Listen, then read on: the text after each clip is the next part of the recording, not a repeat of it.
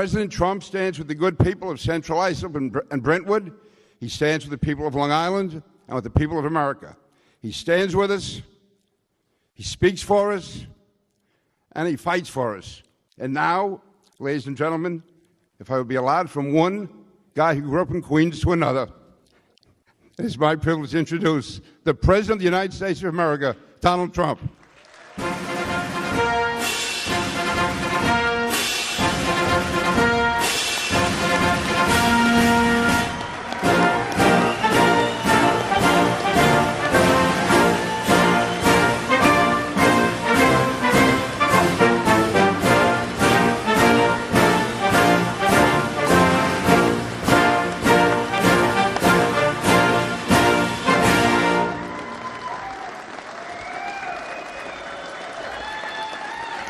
Thank you. Thank you.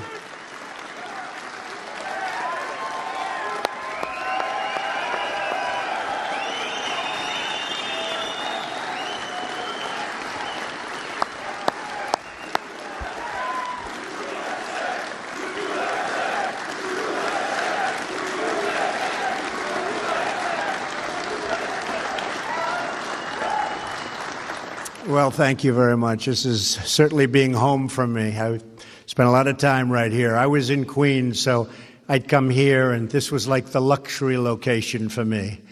And I love it. I love the people here. Even coming in from the airport, I sat with Nikki Haley, who's here someplace. Where's our Nikki? Ambassador Nikki Haley, who is so incredible. And she's seen crowds in her life, and she said, boy, those are really big crowds of people all lining the streets all the way over to here, and it's really a special place. And so when I heard about this, I said, I want to do that one. But I really wanted to do it not because of location, but because, as you know, I am the big believer and admirer of the people in law enforcement, okay, from day one. From day one. We love our police, we love our sheriffs, and we love our ICE officers. And they have been working hard. Thank you. They have been working hard. Together, we're going to restore safety to our streets and peace to our communities. And we're going to destroy the vile criminal cartel MS-13 and many other gangs. But MS-13 is particularly violent. They don't like shooting people because it's too quick. It's too fast. I was reading one of these animals was caught and explaining they like to knife them and cut them and let them die slowly because that way it's more painful and they enjoy watching that much more. These are animals. We're joined today by police and sheriffs from Suffolk, Nassau, Dutchess, and Ulster counties, state police from New York and New Jersey, many of you I know, great friends, immigration and customs enforcement officers, and law enforcement personnel from a number of federal agencies. So we're loaded up with great people, that's what I call it. And I want to just tell you all together right now, and the reason I came, this is the most important sentence to me, on behalf of the American people, I want to say thank you. Thank you very much. Thank you.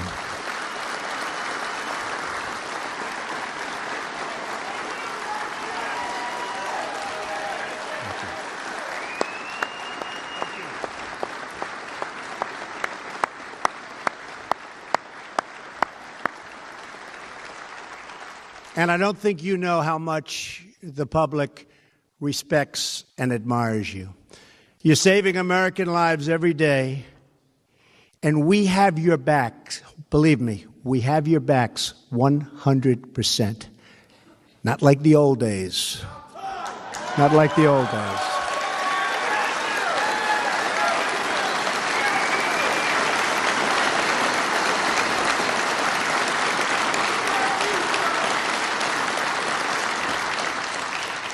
You know, when you want to take over used military equipment, they were saying you couldn't do it. You know what I said? That was my first day. You can do it. fact, that stuff is disappearing so fast we have none left. You guys know you really knew how to get that. But that's my honor, and I'll tell you what, it's being put to good use. I especially want to thank ICE Director Tom Homan, who has done an incredible job in just a short period of time. Tom, get up here. I know you just spoke.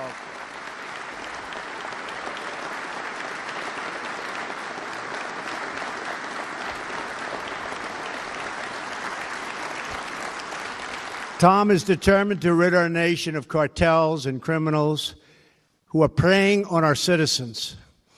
And I can only say to Tom, keep up the great work. He's a tough guy. He's a tough cookie. Somebody said the other day, they saw him on television, they were interviewed after that. They said, he looks very nasty. He looks very mean. I said, that's what I'm looking for. That's exactly what I was looking for. And for that, I want to congratulate John Kelly, who has done an incredible job of Secretary of Homeland Security. Incredible. One of our real stars. Truly one of our stars. John Kelly is one of our great stars. You know, the border's down 78%. Under past administrations, the border didn't go down, it went up. But if it went down 1%, it was like this was a great thing. Down 78%. And in fact, the southern border of Mexico, we did them a big favor, believe me. They get very little traffic in there anymore because they know they're not going to get through the border to the United States. So that whole group has been incredible, led by General Kelly. Let me also express our gratitude to the members of the New York delegation here today. Congressman Chris Collins, where's Chris? Where's Chris? Oh, Chris, right from the beginning, he said Trump is going to win. Trump is going to win. That's why I like him.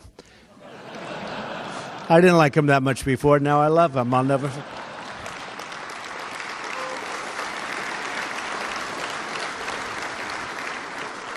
Dan Donovan. Thanks, Dan. Thank you, Dan. And Lee Zeldin, who I supported right from the beginning when they said he didn't have a chance of beating a pretty popular incumbent.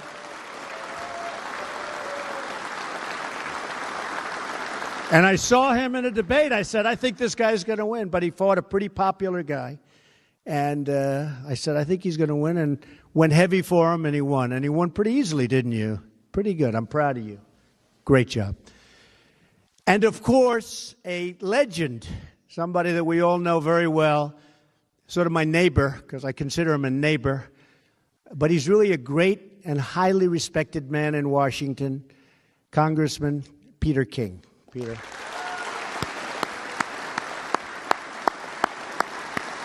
Very respected guy. He is a respected man that people like to ask opinions of. I do. Congressman King and his colleagues know the terrible pain and violence MS-13 has inflicted upon this community and this country. And if you remember, just a little more than 2 years ago, when I came down the escalator with Melania, and I made the speech, people coming into this country, everyone said, what does he know? What's he talking about? And there was Bedlam. Remember Bedlam? And then about 2 months later, they said, you know, he's right. So I'm honored to have brought it to everybody's attention. But the suffering and the pain that we were going through, and now you can look at the numbers, it's a whole different world. And it will get better and better and better because we've been able to start nipping it in the bud. We've nipped it in the bud. Let's call it start nipping it in the bud. And MS-13, the cartel, has spread gruesome bloodshed throughout the United States. We've gotten a lot of them out of here. Big, big percentage, but the rest are coming. They'll be out of here quickly, right? Quickly. Good.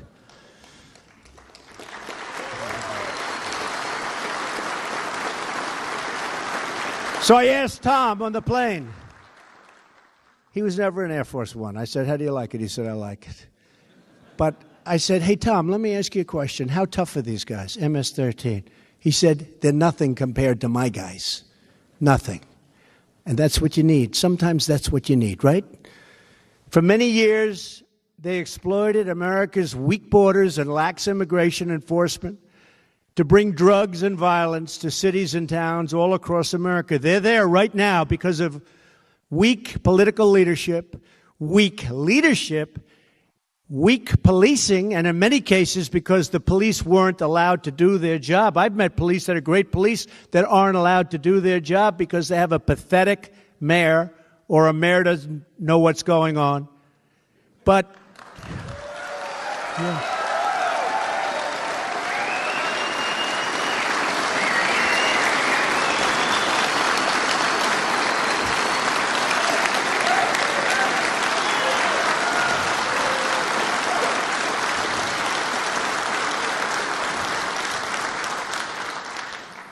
Were you applauding for someone in particular?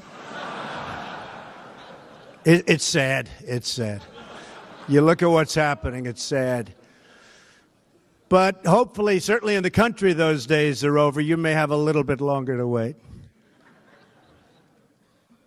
But from now on, we're going to enforce our laws, protect our borders, and support our police like our police have never been supported before. We're going to support you like you've never been supported before.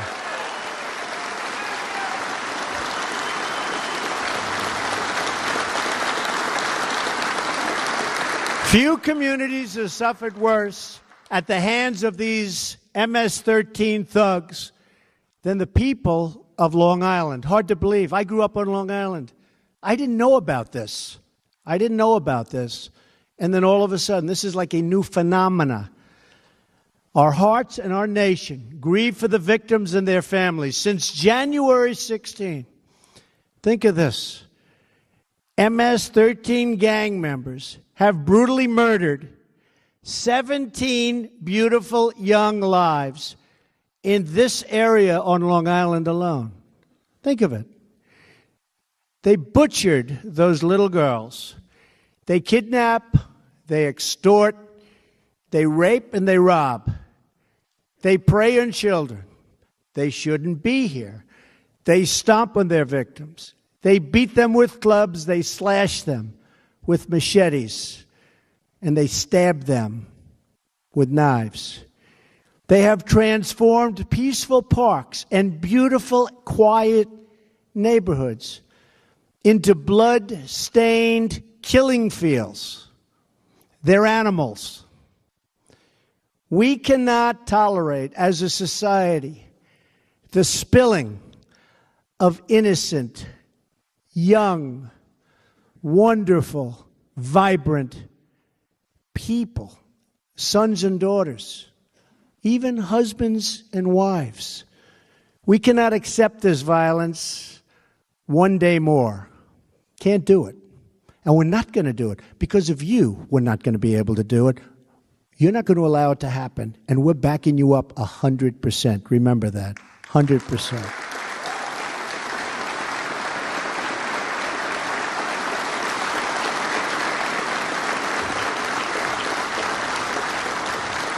It is the policy of this administration to dismantle, decimate, and eradicate MS-13 at every other, and I have to say, MS-13, that's a name, rough groups, that's fine. We got a lot of others.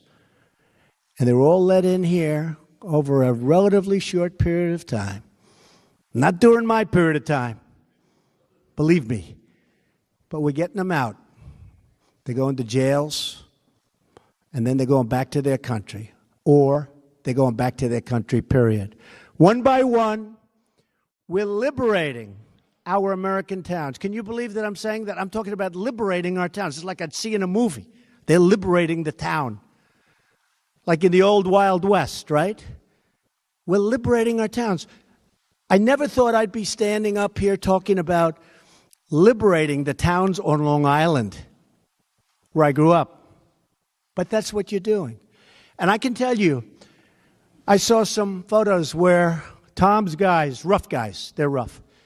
I don't want to be, say it because they'll say that's not politically correct. You're not allowed to have rough people doing this kind of work. We have to get Just like they don't want to have rich people at the head of Treasury. Okay? Like I want a rich guy at the head of Treasury, right? Right?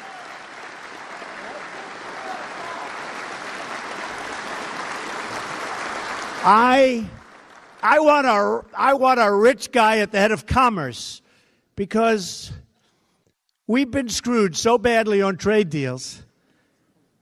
I want people that made a lot of money now to make a lot of money for our country. And by the way, as I was walking up, they just gave me the numbers. Our numbers were just came out this morning. GDP is up double from what it was in the first quarter.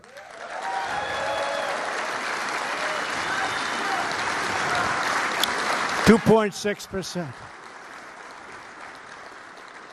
We're doing well. We're doing really well, and we took off all those restrictions, and some we're statutorily stuck with for a little while, but eventually that statute comes up, and we're going to be able to cut a lot more. But we've sort of liberated the world of creating jobs, like you're liberating us and the people that live in areas. But I have to say, one by one, we are indeed freeing up these great American towns and cities that are under siege from gang violence. Look at Los Angeles. Look at what's going on in Los Angeles. Look at Chicago. What is going on? Is anybody here from Chicago? We have to send some of you to Chicago, I think. What's going on? I mean, do you see what's happening there? Do we agree? Is this something maybe?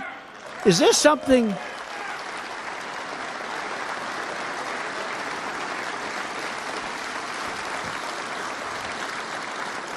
I have to tell you one Chicago story. So Chicago is having this unbelievable violence. People being killed, 4, 5, 6 in a weekend. And I'm saying, what is going on?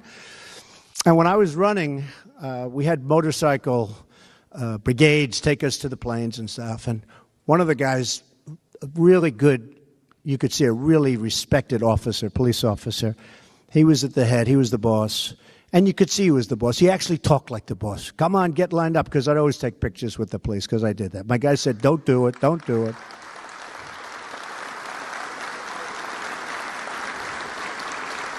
Other candidates didn't do it that I was beating by 40 points. Can you believe it? But I did it. Maybe that's why I was winning by 40 points. But other candidates wouldn't do it. But I always took the pictures with the police. But we're in Chicago, and we have massive motorcycle brigades. And, you know, those people have to volunteer. I don't know if you know that, but from what I understand, they have to volunteer. And I had the biggest brigades. I had brigades sometimes with almost 300 motorcycles. Even I was impressed. I'd look ahead, and it was nothing but motorcycles, because they'd volunteer from all over various states. But there's one guy who was impressive. He was a rough cookie and really respected guy. I could see he was respected. And he said, all right, come on, get over here, get over here. He's got to get to work, get over here. And I said, so let me tell you, you're from Chicago? Yes, sir. I said, what the hell is going on? And he said, it's a problem can be straightened out. I said, how long would it take you to straighten out this problem? He said, if you gave me the authority, a couple of days. I really mean it. I said, you really think so? He said, a couple of days. We know all the bad ones. We know them all. He said, the officers, you guys, you know all the bad ones in your area. You know them by their names. He said, we know them all. A couple of days. I said, you got to be kidding. Now, this is a year and a half ago. I said, give me your card. And he gave me a card. And I sent it to the mayor. I said, you ought to try using this guy. Guess what happened? Never heard. And last week they had another record. It's horrible. But we're just getting started. We will restore law and order on Long Island. We'll bring back justice to the United States. I'm very happy to have gotten a great, great justice of the United States Supreme Court, not only nominated, but approved. And by the way, your Second Amendment is safe.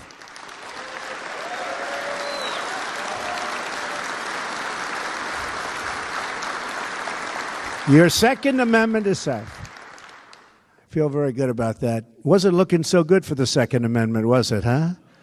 If Trump doesn't win, your Second Amendment is gone. Your Second Amendment would be gone. But I have a simple message today for every gang member and criminal alien that are threatening so violently our people. We will find you, we will arrest you, we will jail you, and we will deport you.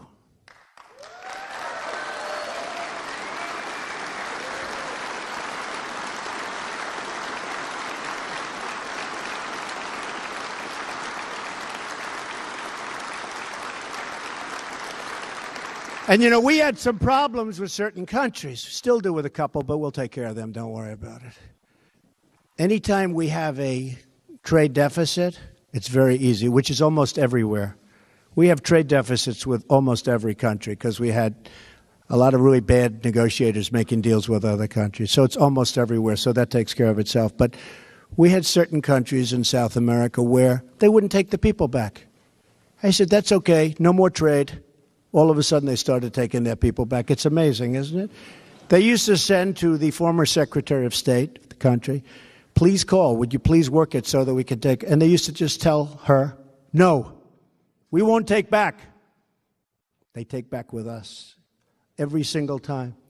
We're having very little problem. Are we having any problem right now with that? Huh? You better believe it. Give me the names of the few problems. We'll take care of it, this telling you. It's unbelievable.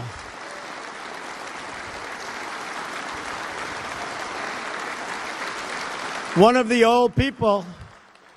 people that represented the other administration, I said, why didn't you use that, the power of economics? Sir, we think one thing has nothing to do with another. I said, oh, really? So we'll have big deficits and they won't take back these criminals that came from there and should be back there? Well, believe me, to me, everything matters. But they're all taking them back. ICE officers recently conducted the largest crackdown on criminal gangs in the history of our country. In just 6 weeks, ICE and our law enforcement partners arrested nearly 1,400 suspects and seized more than 200 illegal firearms and some beauties and nearly 600 pounds of narcotics. The men and women of ICE are turning the tide in the battle against MS-13. But we need more resources from Congress, and we're getting them. Congress is actually opening up and really doing a job. They should have approved health care last night, but you can't have everything. Boy, oh boy. They've been working on that one for 7 years. Can you believe that? The swamp. But we'll get it done. We're going to get it done. You know, I said from the beginning, let Obamacare implode and then do it. I turned out to be right. Let Obamacare implode.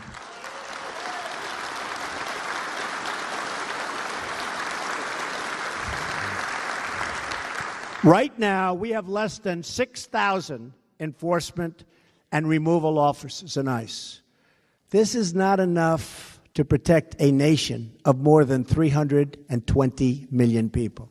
It's essential that Congress fund another 10,000 ICE officers, and we're asking for that, so that we can eliminate MS-13 and root out the criminal cartels from our country. Now, we're getting them out anyway, but we'd like to get them out a lot faster. And when you see these towns, and when you see these thugs being thrown into the back of a paddy wagon, you just see them thrown in, rough. I said, please don't be too nice. Like when you guys put somebody in the car and you're protecting their head, you know, the way you put their hand over.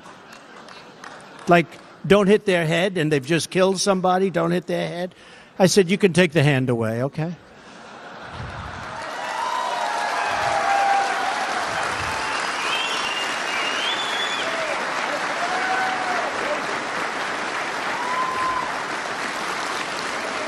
It's essential that Congress fund hundreds more federal immigration judges and prosecutors, and we need them quickly, quickly. If we're going to dismantle these deadly networks, and I have to tell you, you know, the laws are so horrendously stacked against us because for years and years they've been made to protect the criminal. Totally made to protect the criminal, not the officers. You do something wrong, you're in more jeopardy than they are. These laws are stacked against you. We're changing those laws. But in the meantime, we need judges for the simplest things that you should be able to do without a judge. But we have to have those judges quickly. In the meantime, we're trying to change the laws. We're also working with Chairman Bob Goodlatte on a series of enforcement measures, and he's a terrific guy, to keep our country safe from crime and terrorism, and in particular, radical Islamic terrorism.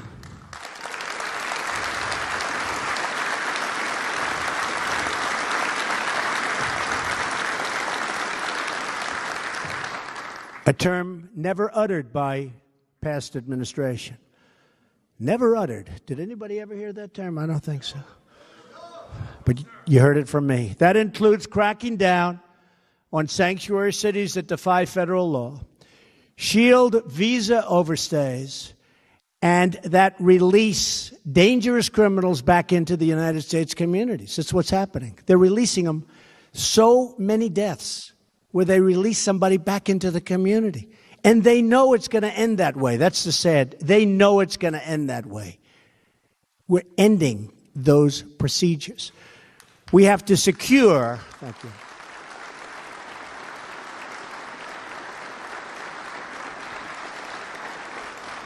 I spoke to parents, incredible parents.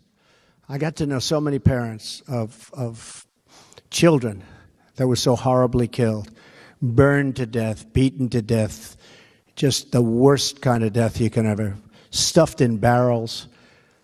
And the person that did it was released, and you'd look at the file, and there were letter after letter after letter of people begging not to let this animal back into society, that this would happen.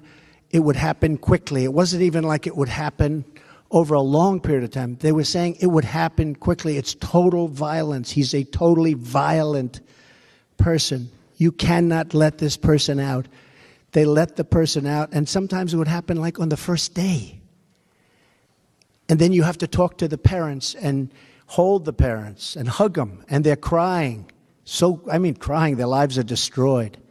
And nobody thinks about those people. They don't think about those people. They're devastated. But we're ending so much of that. We're ending, hopefully, all of that. The laws are tough. The laws are stacked against us, but we're ending it.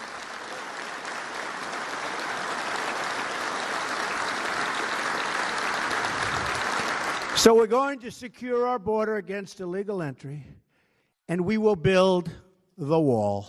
That I can tell you. In fact,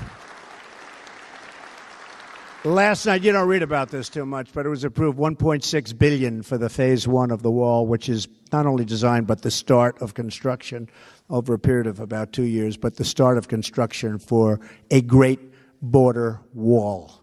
And we're going to build it. The wall is vital, and vital as a tool for ending the humanitarian disaster brought on by drug smugglers.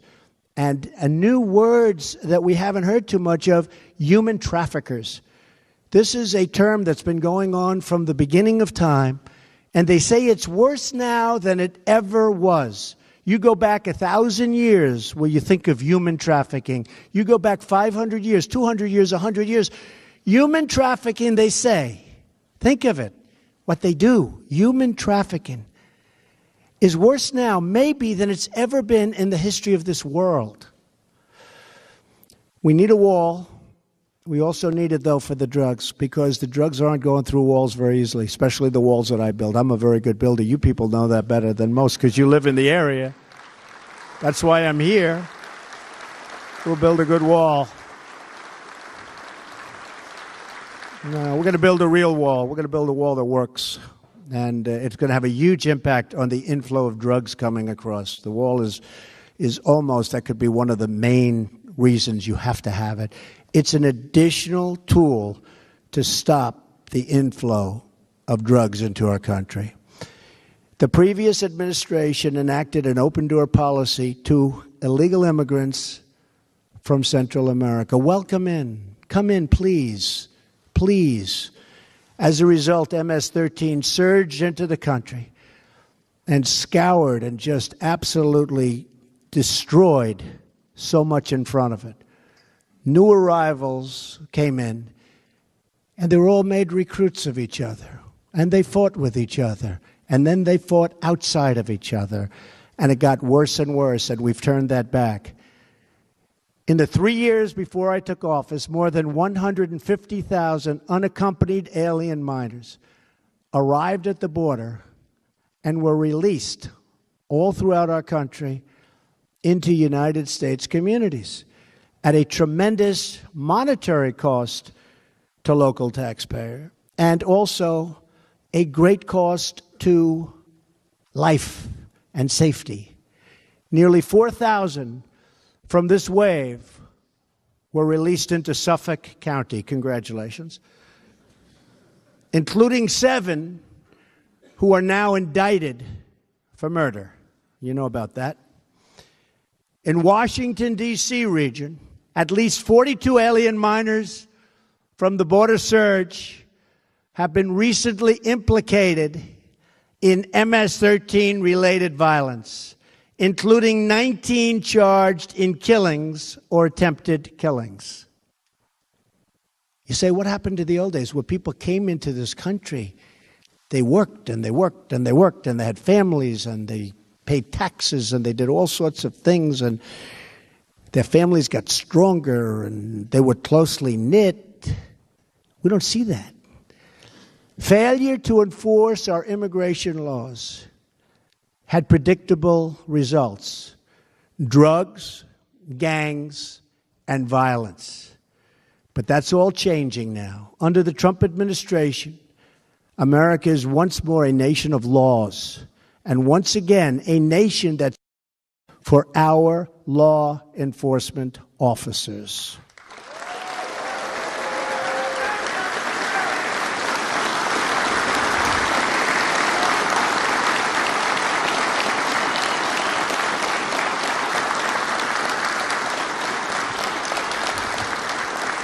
We will defend our country, protect our communities, and put the safety of the American people first.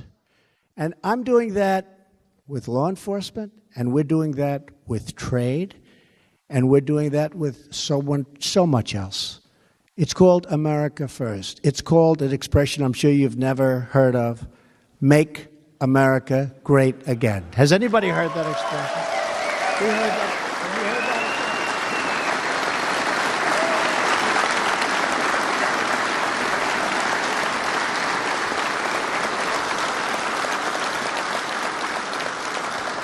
That is my promise to each of you. That is the oath I took as president. And that is my sacred pledge to the American people. Thank you, everyone here today. You are really special, special Americans. And thank you in particular to the great police, sheriffs, and ICE officers. You do a spectacular job. The country loves you.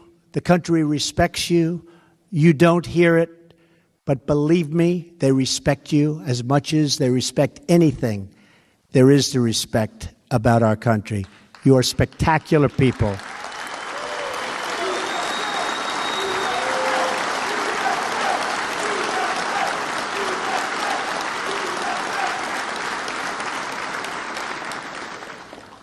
Because of the danger of your job, which people also understand fully, I leave you with the following.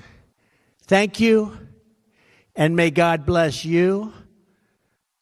May God bless the United States of America. Thank you very much. Thank you. Thank you very much.